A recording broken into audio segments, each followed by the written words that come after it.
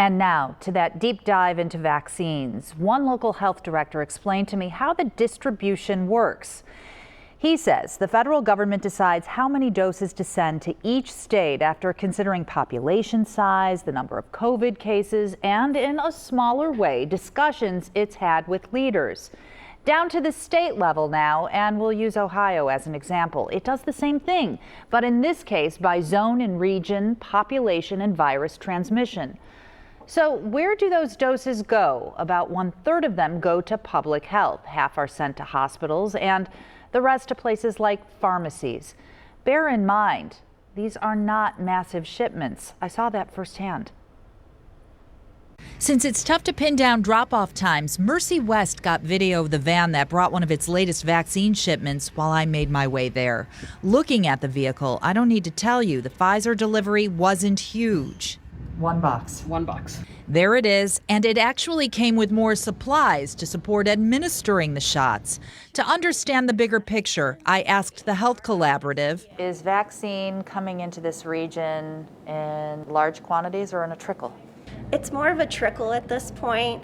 It's not one consistent shipment day, so a health department will get some one day and then a hospital.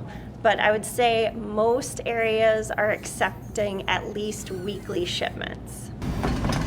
We watched as Pharmacy Director Teresa Ash wheeled this one to safekeeping. So now I'm here inside the Mercy West inpatient pharmacy.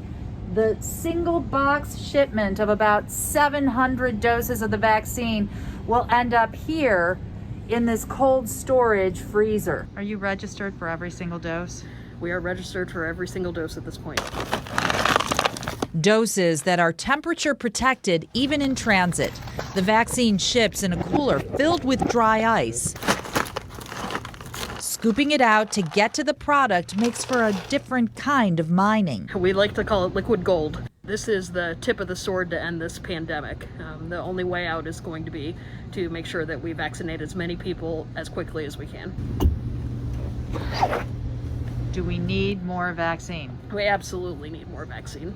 The faster we can get doses in arms, shots in arms, the quicker this pandemic will end.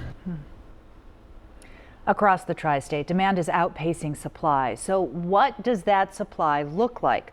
According to the CDC, as of yesterday, the Buckeye State has received 1,812,000 doses from the federal government. 1,085,000 have actually made their way into arms. Across the river to date, the Bluegrass State has received 719,000 doses. It has used 435,000 of them.